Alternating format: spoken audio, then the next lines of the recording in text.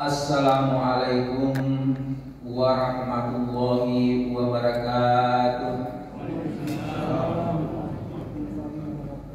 Alhamdulillahillazi arsala rasulahu bil huda wa dinil haq liyudhhirahu 'ala dini kullihi wa kafa billahi shahida. Asyhadu an la ilaha illallah wahdahu la syarikalah wa asyhadu anna Muhammadan abduhu wa rasuluh. Raditu billahi rabban wa bil islami dinan wa bi Muhammadin nabiyyan wa rasulah la nabiyya ba'da. Allahumma shalli ala Muhammad wa ala ali wa maulana Muhammad.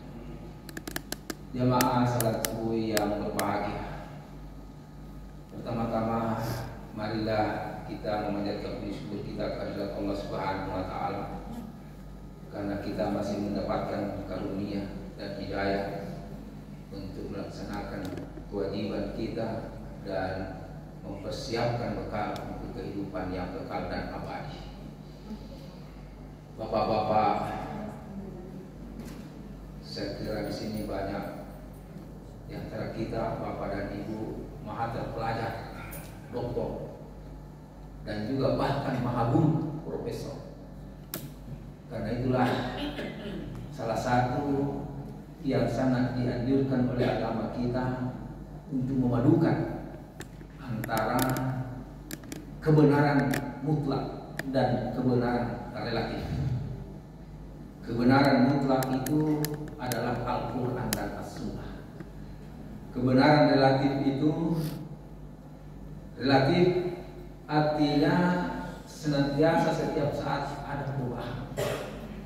Ilmu yang kita kembangkan sebagai guru, dosen itu mengalami perubahan-perubahan, tapi selalu berada dalam koridor kebenaran mutlak, yaitu Al-Quran.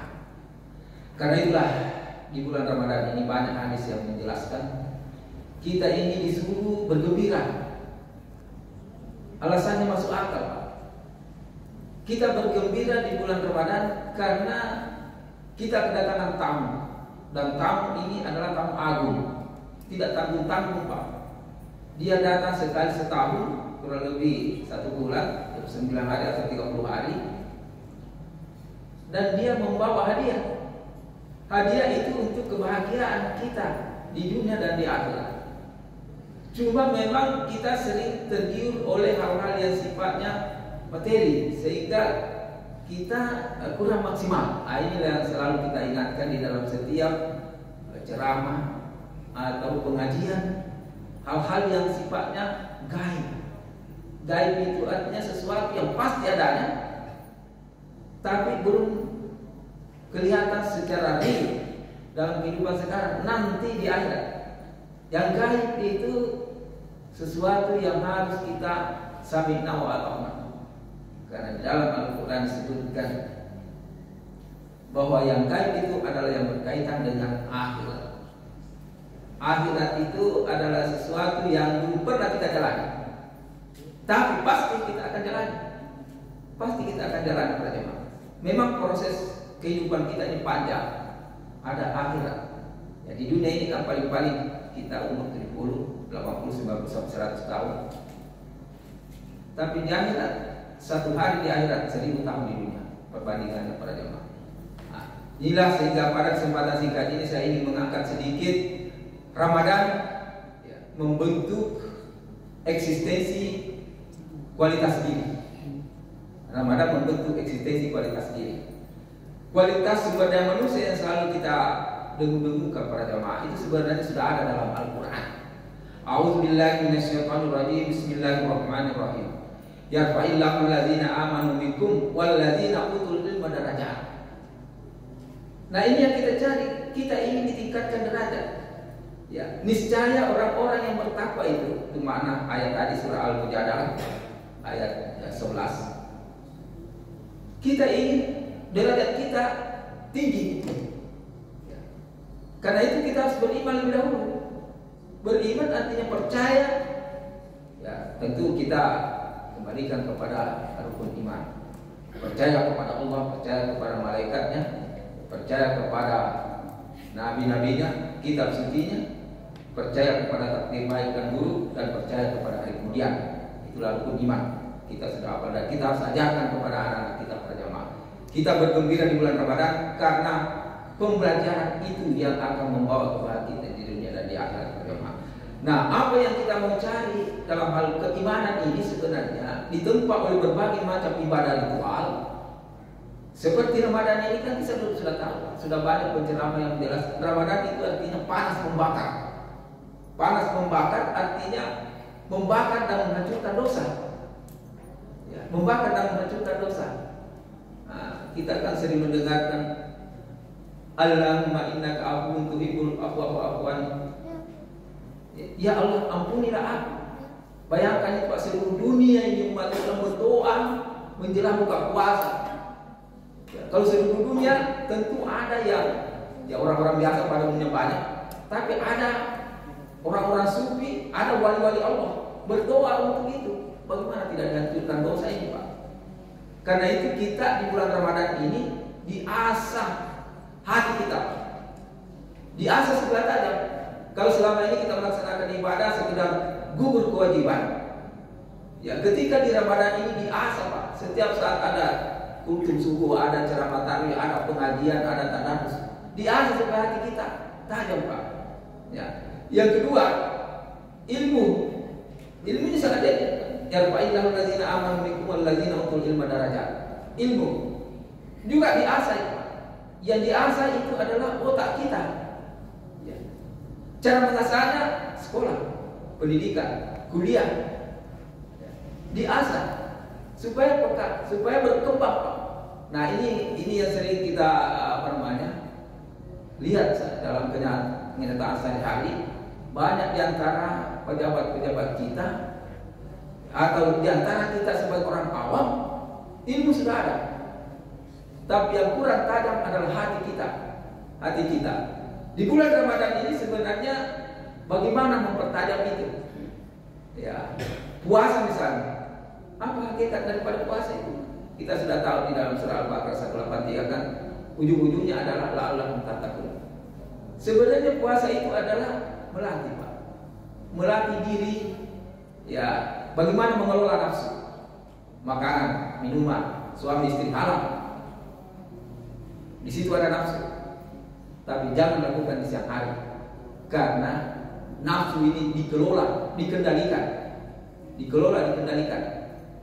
Puasa itu diuji kita dan dilatih kita untuk jujur. Yang mengetahui bahwa kita hari ini puasa atau tidak hanya kita dengan Allah Subhanahu wa Ta'ala. Karena orang bisa saja tidak puasa, sembunyi-sembunyi tidak diperlihatkan, tapi dilatih kejujuran kita Pak. Dilatih kejujuran kita. Puasa juga melatih kesabaran kita, kedisiplinan kita dilatih Pak. Puasa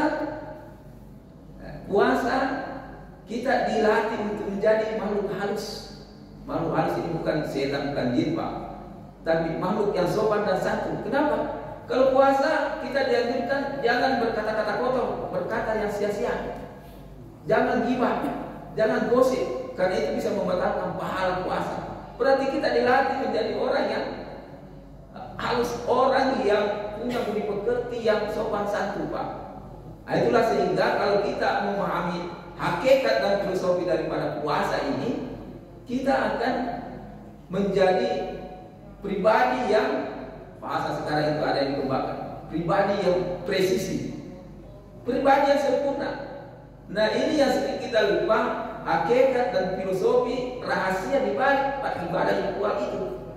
Nah, kalau kita memahami semua filosofi dan rahasia di balik ibadah ritual kita lakukan, kita mengharap ridha Allah, bukan hanya sekedar gugur kewajiban, tetapi kita merasa bergembira bahwa nanti balasannya tidak bisa dibandingkan dengan usaha-usaha yang dilakukan untuk kehidupan material di dunia ini para jemaah.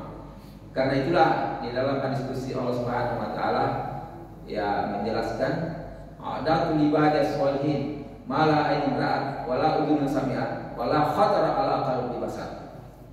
Itu janji Allah.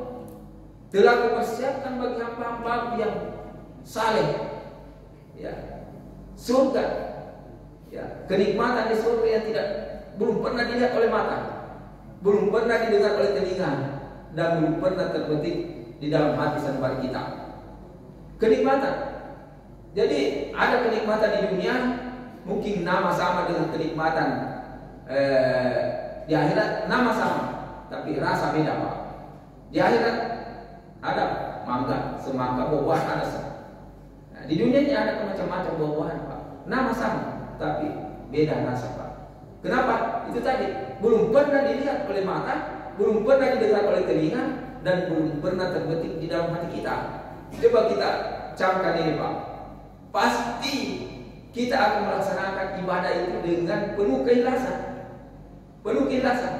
ya, dengan cara yang baik. Ya. Antakudallahu ka'annaka tarahu wa illam takun tarahu fa innahu yaraka. Itu berbuat ihsan. Allah karena ikhlasnya kita memahami filosofi rahasia dibalik daripada ibadah puasa itu, ibadah Ramadan atau ibadah ritual yang lain, sehingga kita melaksanakan ini seolah-olah kita melihat Allah. Atau kalau kita tidak melihat Allah, Allah pasti melihat kita. Jadi kalau ini yang menjadi pegangan kita, tidak ada istilah kemudian riya, karena kita hanya mengharap Allah. Adapun makhluk manusia kalau mau lihat memberikan sajwa itu urusan dia. Tapi bagi saya yang ada di sini adalah antakudallahu ka'annaka tarahu fa illam takun tarahu fa innahu yaraka. Ya, saya ihsan berbuat baik, berbuat ikhlas. Saya melihat Allah. Kalau saya tidak mampu melihat Allah, Allah pasti melihat saya. Sehingga semua kegiatan ibadah yang saya lakukan itu terbebas dari ujian, sanjungan lingkungan, tapi vertikal menuju kepada Allah Subhanahu wa taala. Nah, itulah kenapa, karena penyakit batin ini Pak bisa menghilangkan Pak. Kalau ada unsur kemudian lihat itu bisa menghilangkan pahala kebaikan yang kita lakukan. Bahkan ulama yang kadang-kadang kita membaca pendapat para ulama yang ekstrim itu, ria yang berlebihan itu adalah syirik, karena mengharap pujian atau mengharap pengakuan dari makhluk, dari manusia. Karena itulah yang perlu kita bangun di bulan Ramadan ini para jamaah adalah bagaimana menghindari penyakit-penyakit batin. Nabi waktu Isra Mi'raj dia melihat, diperlihatkan oleh Allah Subhanahu wa taala. Lagi-lagi ini yang gaib Pak. Gaib itu tidak pernah dijalani oleh manusia dan tidak pernah dialami oleh manusia biasa. Tapi Nabi kita diperlihatkan. Nabi kita diperlihatkan seperti apa di neraka itu. Ya, orang-orang di neraka banyak karena penyakit batin, ujub, ghibah, gosip, hasud. Ya, itu adalah penyakit batin Pak. Ria itu penyakit batin Pak. Itu bisa menghilangkan pahala Pak. Apalagi kalau ghibah. Ghibah itu dosa yang orang yang digibah dibebankan kepada orang yang menggibah, dan pahala orang yang menggibah diberikan untuk membayar kepada orang yang digibah pada. Digibah itu sebenarnya menceritakan kejelekan orang lain meskipun orang itu memang jelek, tapi tidak boleh dipublikasi. Kenapa? Karena itu bisa gibah. Ya, gosip itu cerita-cerita yang tidak ada biasa-biasa, tapi bisa cenderung ke arah yang dosa. Kenapa? Karena dari gosip itulah menceritakan hal-hal yang tidak ada gunanya. Jadi penyakit batin. Karena itulah kualitas sumber daya manusia sebenarnya itu sudah ada di dalam Al-Quran. Mau dibangun itu kualitas sumber daya manusia yang presisi, yaitu memadukan antara kecerdasan spiritual dengan kecerdasan intelektual, ditambah dengan kecerdasan emosional. Nah, ini yang sering kita lupa perjamaah. Karena itu rahasia-rahasia di balik ibadah ritual itu adalah sesuatu yang perlu kita pahami. Sesuatu yang perlu kita pahami untuk bisa melaksanakan ibadah dengan sebaik-baiknya. Terutama di bulan Ramadan ini, tamu-tamu agung kita ini bulan Ramadan itu membawa berbagai macam menu hadiah, menu puasa, menu buka puasa, menu tadarus, menu salat malam, menu belajar agama, menu membantu orang lain, sedekah. Kita maksimalkan para jemaah, karena itulah yang menjadi bagian kita di akhirat. Dan ini harus kita dasari dengan memahami filosofi dan rahasia di balik ibadah ritual itu. Kalau kita memahami itu, ya insya Allah, terutama yang sangat besar sekali dan sangat luas diterangkan di bulan Ramadan ini adalah tentang Al-Quran, tentang tadarus. Kenapa? Karena Al-Quran ini sebagai mukjizat itu diturunkan di bulan Ramadan. Ya, inna anzalnahu fi lailatul qadr. Wa ma adraka ma lailatul qadr. Lailatul qadr khairun min alfi syahr. Tanazzalul malaikatu wa ruhu fiha bi idzni rabbihim min kulli amr. Salamun hatta al-fajr. Ya, Al-Quran diturunkan di bulan Ramadan. Tahukah kamu apa itu malam Lailatul Qadar? Yaitu malam lebih mulia daripada 1000 tahun. Sudah banyak dijelaskan oleh penceramah para jemaah. Tapi kita harus memahami filosofi dan rahasia yang ada di balik itu. Al-Quran ini adalah satu mukjizat yang tidak ada tandingannya. Tidak ada tandingannya dan tidak ada manusia yang bisa membuat semacam ini. Wa in kuntum fi raibin mimma nazzalna. Saya menurunkan Al-Quran ini kepada hamba Muhammad. Siapa yang tidak mengakui Al-Quran ini, cobalah bikin satu ayat saja. Pasti kamu tidak bisa. Panggil teman-temanmu, kata Allah Subhanahu wa taala. Di dalam surah Al-Baqarah disebutkan itu. Wa in kuntum fi raibin mimma nazzalna ala abdina min surat. Panggil teman-teman. Jin dan manusia berkumpul untuk bikin Al-Quran, pasti tidak bisa, Pak. Nah, ini adalah mukjizat, bukan bikinan manusia. Ini adalah kebenaran mutlak. Kebenaran mutlak itu adalah kebenaran yang kita harus sami'na wa ata'na, langsung kita terima. Tidak boleh banyak berargumentasi untuk meragukan.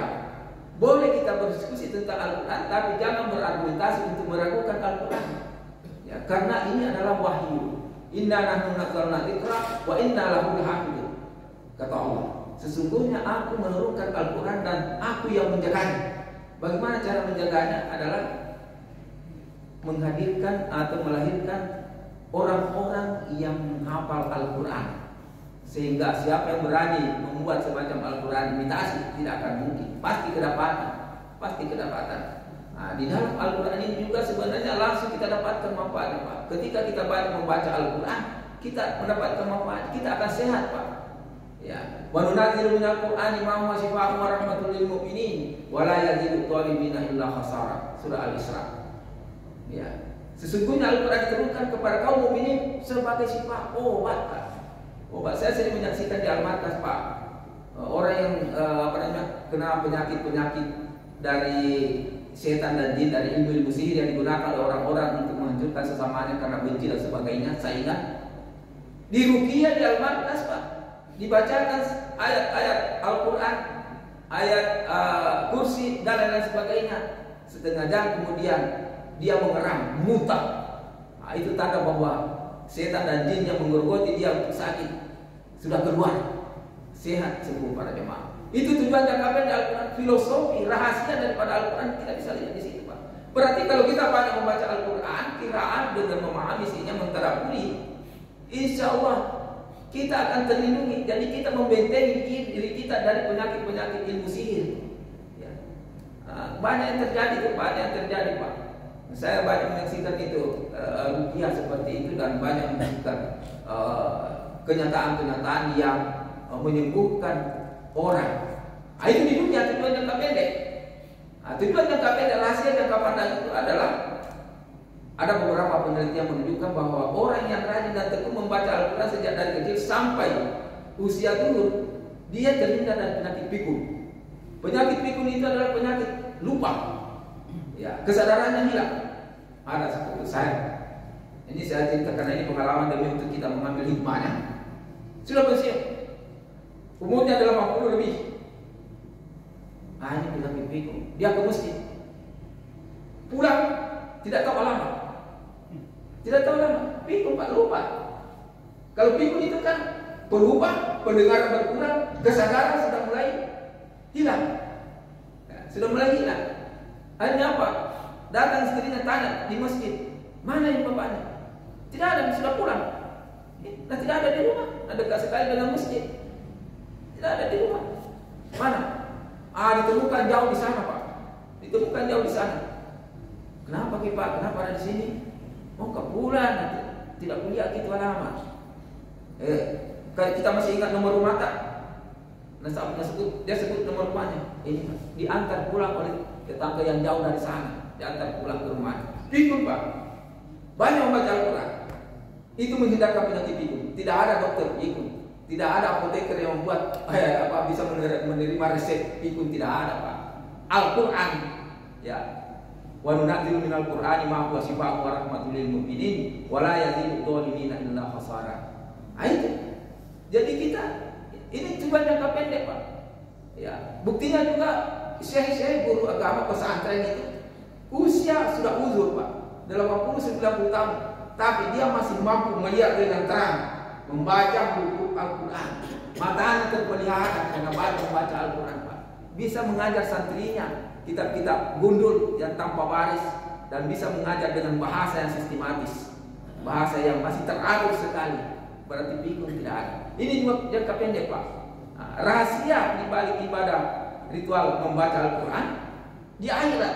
Dalam hadis yang panjang dijelaskan bahwa orang yang banyak dan rajin membaca Al-Quran, pintu-pintu surga terbuka semua di akhirat nanti. Ya, mempersilahkan ya si A yang banyak membaca Al-Quran, silahkan Anda memilih mau lewat pintu mana. Oh, saya rajin puasa Pak. Puasa itu ada pintu yang di sana khusus. Kalau kita mau memilih pintu rayyan, pintu surga rayyan. Nah, puasa ini memang sudah dianjurkan, diperintahkan oleh Allah Subhanahu wa taala. Nah, yang penting kita pahami mengapa ada perintah ibadah ritual, mengapa ada waktu-waktu istimewa seperti ini. Ini lagi hak prerogatif daripada Allah Subhanahu wa taala. Ada waktu istimewa. Hari Jumat waktu istimewa. Sepertiga malam terakhir waktu istimewa. Bulan Ramadan waktu istimewa. Ya. Dan tempat-tempat istimewa, ya Masjidil Haram, Masjid Nabawi, ya masjid yang ada di seluruh dunia itu tempat istimewa. Kenapa? Karena masjid itu adalah tempat yang paling mulia dan paling baik di dunia ini. Yang paling jelek, kalau hadis dijelaskan, yang paling jelek itu adalah pasar. Kalau begitu tidak boleh kita ke pasar, boleh Pak, tapi cepat-cepat. Kenapa disebut paling jelek itu pasar? Karena di sana orang sering ada tipu menipu, ada kebohongan dan sebagainya. Tapi tidak semua. Banyak juga sekarang pedagang-pedagang Pak sudah jujur Pak, dia melaksanakan ibadah dan betul-betul dia buktikan. Yang dilarang ini misalnya menjual barang, lalu yang baik di atas, yang jelek di bawah. Tapi sekarang hampir tidak ada. Saya sering kalau keluar Pak, dulu timbangan kalau kita beli langsa, sepertiga saja dibilang 1 kilo atau 3/4 saja 1 kilo. Sekarang Pak, timbangannya para penjual itu sudah mulai bagus Pak. Nah, inilah kebangkitan nilai-nilai agama di tengah-tengah masyarakat kita. Inilah sehingga kita melihat di lingkungan kita Pak, tidak ada lagi yang susah makanan. Semua buah-buahan sudah disiapkan oleh Allah Subhanahu wa taala. Timun emas misalnya, timun emas. Kenapa menunggu bulan Ramadan baru banyak muncul? Itu hadiah dari Allah Subhanahu wa taala. Karena ini sangat bagus untuk dipakai buka puasa. Ini yang penting. Sehingga kita selalu diingatkan ya, supaya kita mensyukuri nikmat Allah Subhanahu wa taala. Ya, fa bi ayyi ala rabbikuma tukadziban. Nikmat apa lagi yang kamu mau ingkari? Sudah kusiapkan semua. Ibadahlah kamu.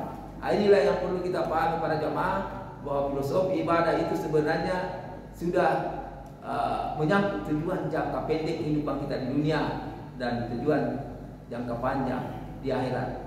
Cuma memang kalau di dunia ini belum kelihatan secara material, tapi di akhirat insya Allah ini mari kita tingkatkan ibadah Ramadan kita para jamaah, karena di sini kesempatan besar.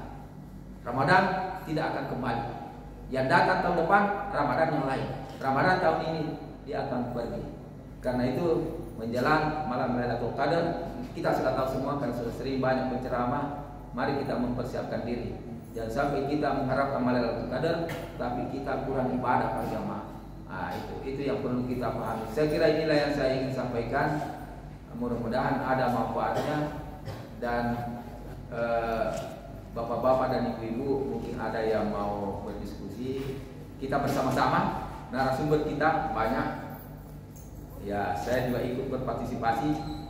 Ya, kenapa? Karena di lingkungan seperti ini banyak yang saya katakan tadi maha terpelajar dan maha guru. Nah, ilmu-ilmu yang kita pelajari selama ini mari kita kembangkan dan padukan dengan kebenaran mutlak Al-Quran, agama atau hadis dengan kebenaran relatif yang dikembangkan oleh manusia dalam kehidupan untuk sementara di dunia ini. Hadanallahu wa iyyakum ajmain. Fastabiqul khairat. Assalamualaikum warahmatullahi wabarakatuh.